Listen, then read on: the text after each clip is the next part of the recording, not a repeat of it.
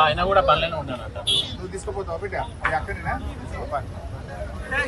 చూసిండ్రా మాజీ మంత్రి హరీష్ రావుకు ఆపదలున్న జనం అంటే ఎంత తన్లాటనో, కష్టాలల్లున్న జనం అంటే హరీష్ రావు గుండె ఎట్లా కరిగిపోతుందో.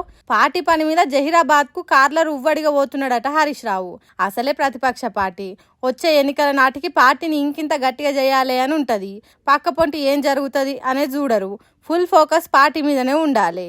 కానీ హరీష్ రావు ఆ ముచ్చట కొద్దిసేపు పక్కకు పెట్టి సంగారెడ్డి జిల్లా పెద్దాపూర్ శివార్ల నేషనల్ హైవే మీద బోల్తా పడ్డ లారీని చూసి ఆగిందట.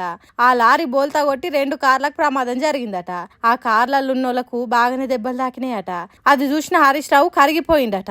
ఎంబటే ఉన్నోళ్లను అక్కడున్న జనాలకు చెప్పి కార్ల ఇరుక్కున్నోళ్లను బయటికి తీసే పని చేపించిండట.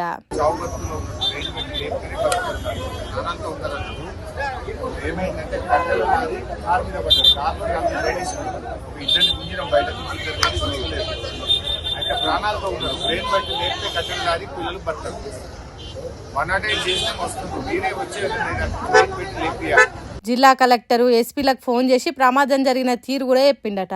దెబ్బలు దాకి తన్లాటలున్నోళ్లను తన సొంత కార్ల దగ్గరలున్న దావఖానకు పంపించిండట. ప్రమాదం జరిగిన కాడికి అప్పటి వరకు ఎవ్వరు పోలేదట. కానీ హరీష్ రావు వచ్చుడుతోనే అందరూ తలా ఓ చెయ్యేసి వాళ్ళని కాపాడిండ్రట.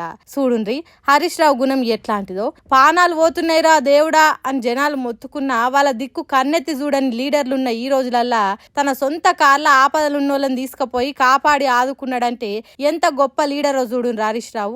ఇసోంటి లీడర్లు రాష్ట్రానికి 10 మంది ఉంటే దేశం ఎప్పుడో బాగుపడేది. జనానికి ఆపద ఉన్నదంటే కండ్ల ముందే వాళ్ళ ఇసోంటి లీడర్లుంటే ప్రజలకు కష్టాలేముంటాయి.